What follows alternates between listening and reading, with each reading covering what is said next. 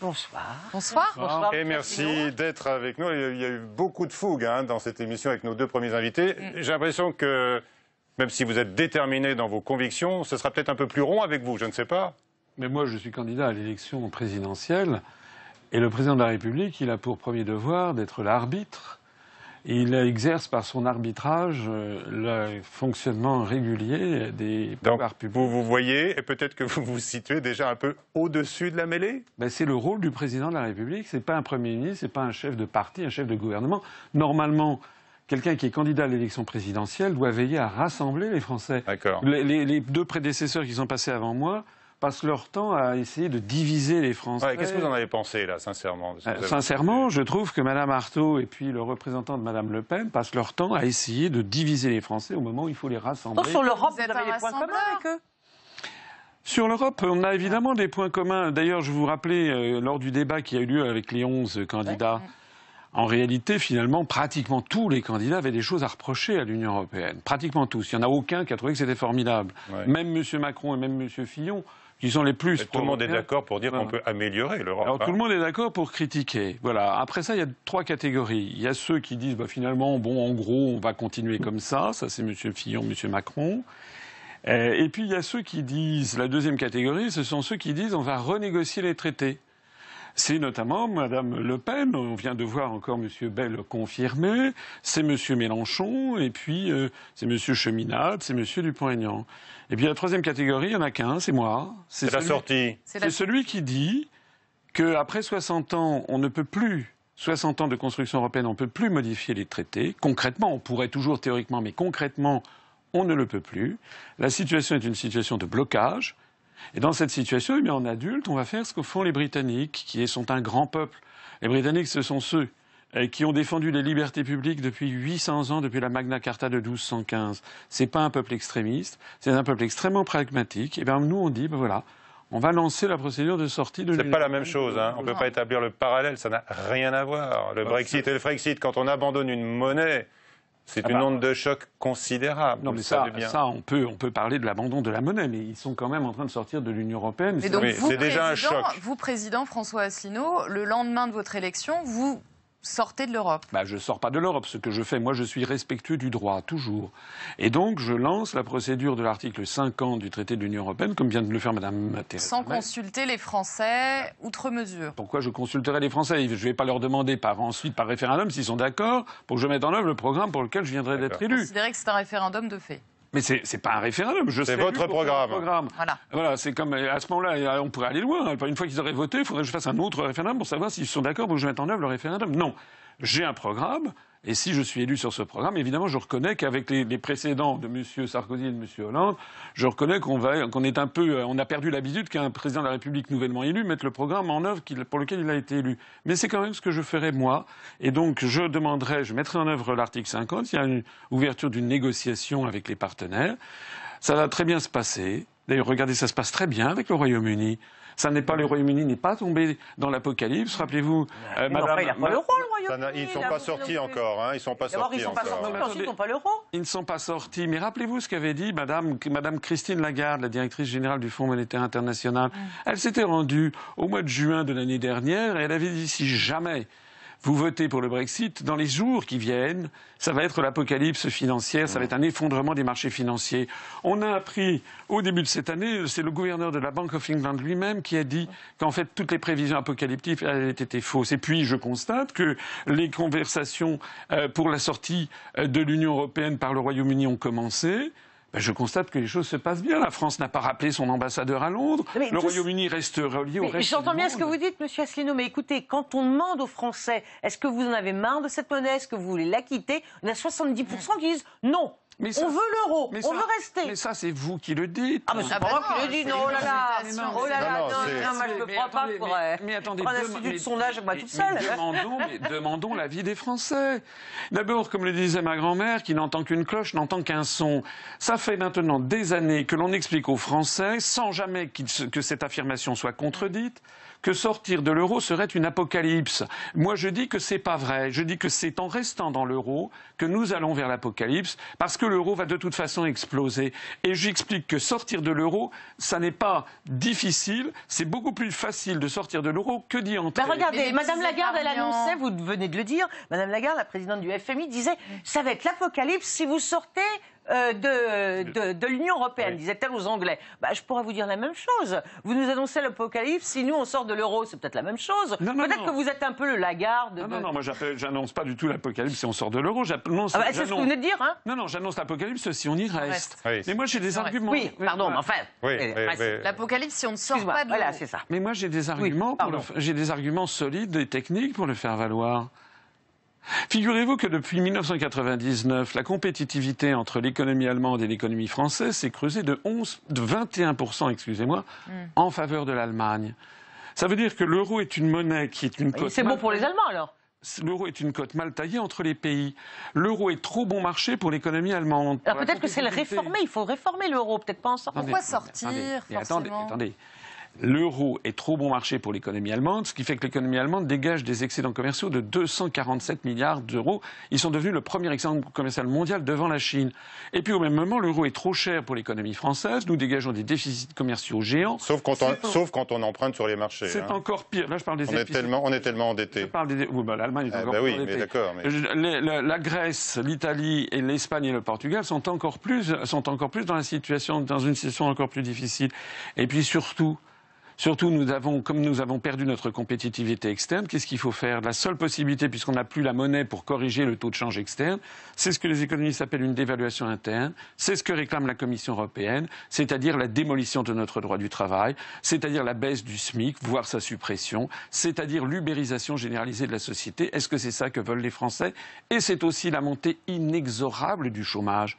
Parce que si l'on sort de l'euro, et je peux vous le prouver, il suffit d'ailleurs de regarder l'étude qui avait été publiée par la Fondation Respublica en 2013, nous pourrons faire baisser le nombre de chômeurs de catégorie A en 2 ans, sans doute d'au moins 1 million, sinon 2 millions de chômeurs en moins.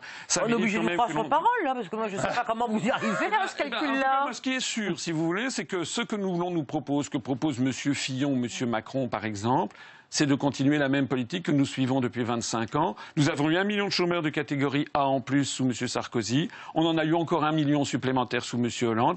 Et on va continuer sur le même chemin. Est-ce que c'est vraiment ça que veulent les Français? Sans offense, pour l'instant, dans les intentions de vote, vous êtes crédité de moins d'1% des intentions de vote. Messieurs Fillon et Macron ont plus de chances de parvenir au second tour, a priori, que vous, du moins sur le papier.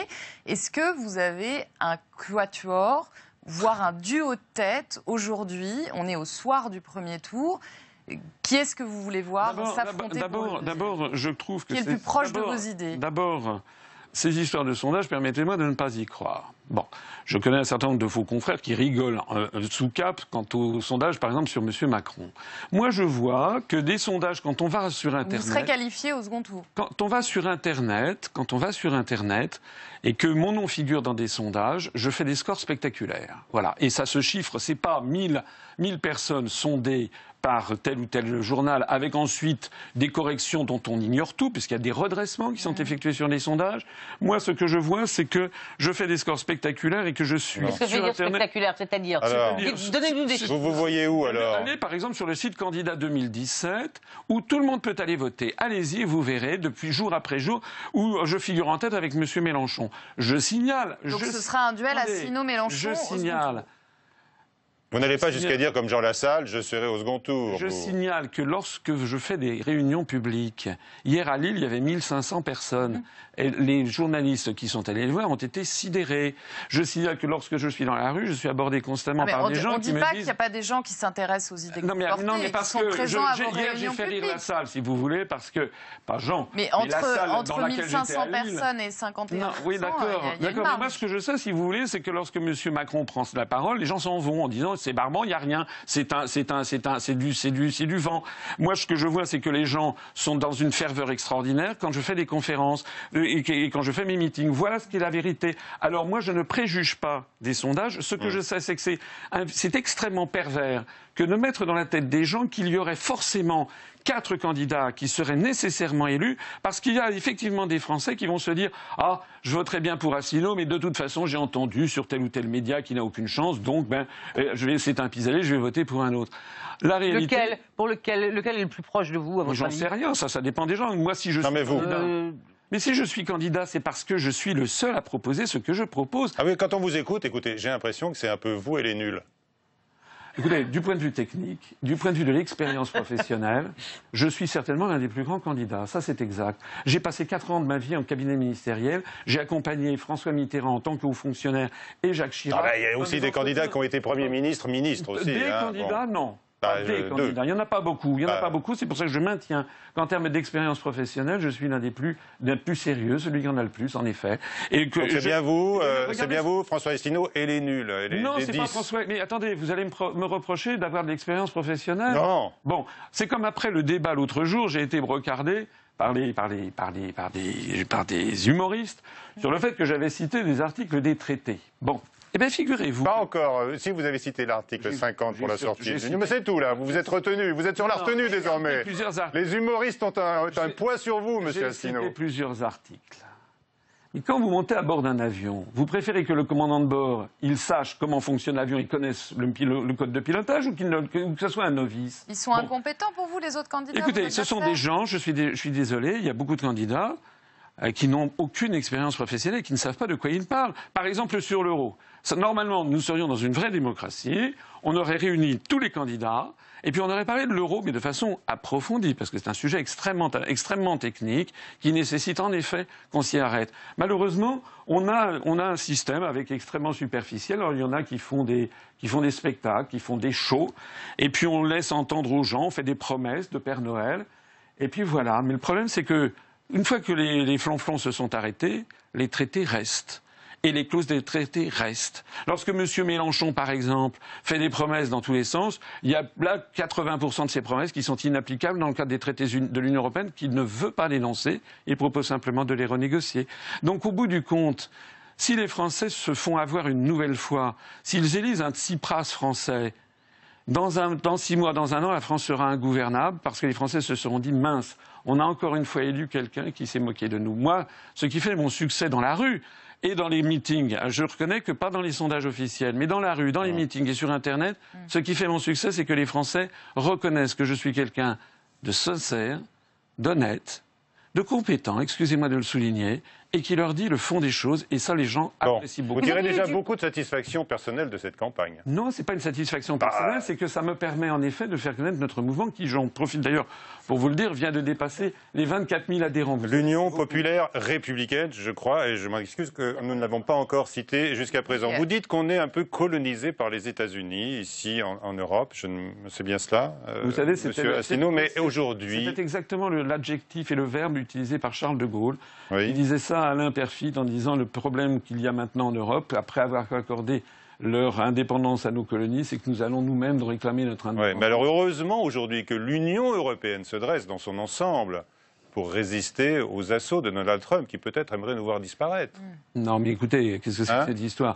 L'Union européenne est placée... la France seule aurait un peu de mal à peser contre les États-Unis, non? Ah, vous croyez, parce que vous croyez que l'Union européenne pèse contre les États-Unis? L'Union européenne est placée par l'article 42, je suis désolé, du traité de l'Union européenne. Oui, mais c'est vrai, mais... Bah oui.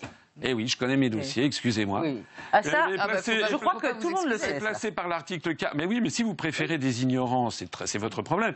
Mais vous savez, les Français préfèrent les gens qui savent de quoi ils parlent. Nous sommes placés par l'article 42 du traité de l'Union européenne sous la tutelle de l'OTAN. Or, l'OTAN est dirigée depuis Washington. La meilleure preuve, c'est que pour sortir de l'OTAN, je me suis renseigné, c'est l'article 13 du traité de l'Atlantique. Non, il faut écrire au gouvernement des États-Unis d'Amérique à la Maison-Blanche. Donc ne venez pas me dire que l'Union européenne sert de contrepoids aux États-Unis d'Amérique. C'est le contraire qui est vrai. La France est devenue désormais l'un des satellites de Washington. C'est d'ailleurs perçu comme tel par les Français et par le monde entier, vous savez. Nadège. Alors, oui, non, mais même si les sondages ne disent pas la vérité, comme vous nous dites, pourquoi il reste quand même qu'il y a une tendance et que vous serez probablement pas, je ne veux pas me fâcher avec vous, surtout Monsieur Asselineau, mais vous serez probablement pas notre prochain président de la République. Il ne l'a pas prétendu. Or, vous avez une expertise, ça tout le monde le reconnaît, sur l'euro, sur l'Europe. Pourquoi est-ce que vous alliez pas avec un candidat qui, lui, a des chances d'être président de la République? Vous pourriez peser peut-être davantage que vous ne le faites aujourd'hui en étant un candidat crédité de 0,5 à 1, bon, allez, même 3%. Madame, je ne fais pas de la politique comme on fait, c'est pas de la politique aérie. La politique, c'est si on veut faire avancer ses idées. Laissez-moi répondre. Je fais de la politique de façon sérieuse. Les personnalités, je ne sais pas à qui vous pensez, sont en train de mentir aux Français. Parce qu'il n'y a qu'une seule façon de dire que l'on sort de l'Union européenne, c'est dire je sors de l'Union européenne par article 50. Toutes les autres sont des faux fuyants qui sont en fait pour gagner du temps et pour ne pas sortir. Madame Le Pen, Monsieur Mélenchon, Monsieur Dupont-Aignan, Monsieur Cheminade ne proposent pas ce que je propose. Et comme c'est pour moi l'absolue nécessité de sortir de ça, ça n'a aucun intérêt d'aller faire alliance avec les uns ou les autres. Vous prétendez donc seul souverainiste authentique, même si vous n'aimez pas ce vocable-là, je crois, de souverainiste. Non, oui, alors, oui. On va parler peut-être juste, parce qu'il reste peu de temps. J'ai pas dit que j'étais le seul souverainiste authentique, c'est vous qui placez ça. Ah ben, je sais pas, vous dites que les autres, ils promettent la sortie de l'euro, mais que c'est pas vrai. Il n'y a pas de façon de faire de circonlocution. Je suis le seul qui propose de sortir de l'Union européenne, de l'euro et de l'OTAN. L'actualité internationale, le groupe État islamique contrôle désormais moins de 7% du territoire de l'Irak, cela grâce à l'action de la coalition internationale.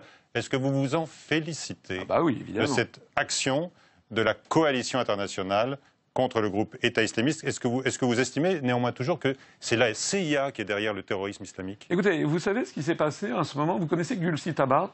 Oui, vous le citez régulièrement. Non, c'est une femme d'abord. C'est une démocrate, c'est une représentante démocrate aux États-Unis, et qui, avec 8 autres représentants, démocrates ou républicains, a déposé un projet de loi pour demander que les États-Unis cessent de financer le terrorisme, notamment Daesh et l'État islamique. Donc allez vous en renseigner à la Chambre des représentants. Donc vous dites aujourd'hui que les États-Unis financent Daesh et l'État islamique? Je dis que là-dedans, d'abord je ne suis pas seul à dire qu'il y a des financements bizarres qui sont arrivés.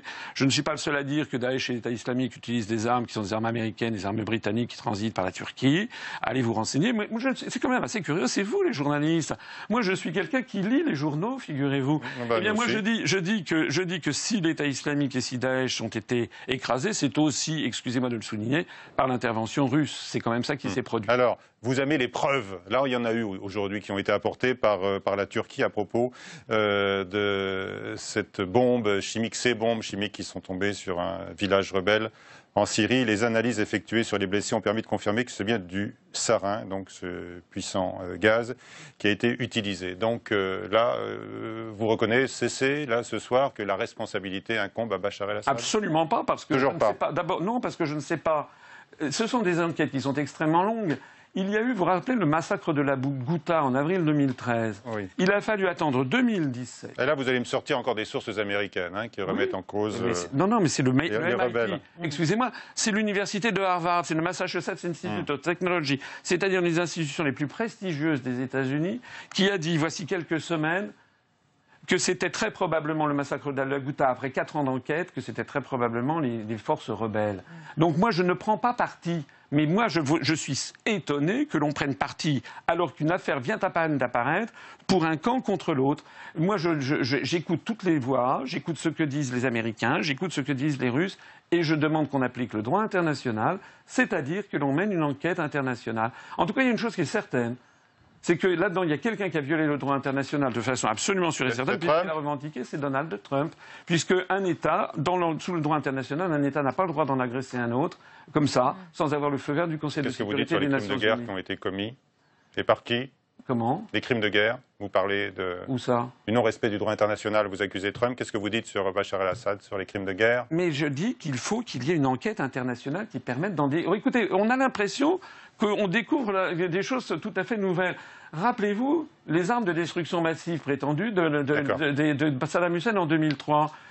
On était priés de croire à ça. Il n'y a que la France, d'ailleurs, parce qu'à l'époque, la France était dirigée par Jacques Chirac et Dominique de Villepin, qui s'étaient opposés. Et puis on a appris 6 mois après qu'il n'y avait jamais eu d'armes de destruction massive. Merci à vous. Merci à vous. Bonne continuation de campagne, donc dans la rue notamment et sur Internet. Oui, avec beaucoup de meetings, avec énormément de monde. Demain, Jacques Cheminade sera notre invité.